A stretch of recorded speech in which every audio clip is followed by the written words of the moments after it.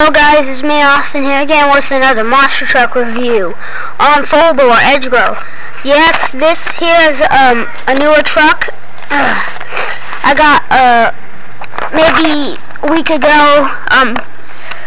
Sorry, I haven't been doing much reviews lately. I've been distant. I've been a little left behind, but this actually does come with a trading card, but I'm not actually going to show trading cards.